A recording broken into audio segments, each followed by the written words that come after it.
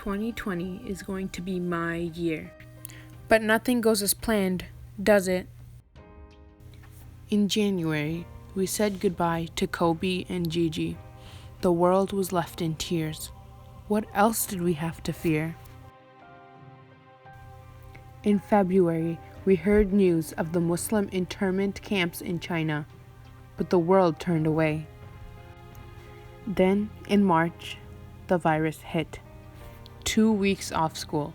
No, 3. We were in a crisis. While we were stuck in quarantine, polluted skies became clean.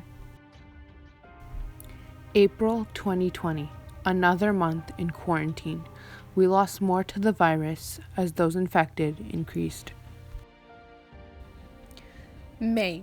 Congratulations to the class of 2020. Graduates celebrated from their homes. Quarantine was lifted. The virus was still transmitted. Yemen faced the largest humanitarian crisis to date, but we were too focused on the virus. June 2020. George Floyd was killed by Minneapolis police. May he rest in peace. George Floyd was killed due to the assumptions made based on the color of his skin. So we took to the streets, protesting against police brutality. We screamed, "Black Lives Matter," but the government did not answer. We demanded change. We echoed Black Lives Matter through every street across America. As the citizens of the U.S. came together, our president refused to listen to us and change the broken system we live in. Enough was enough. July 2020. May the 4th be with you.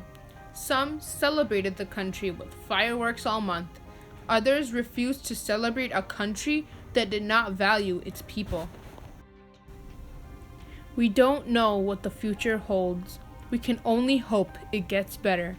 But will it if we don't change?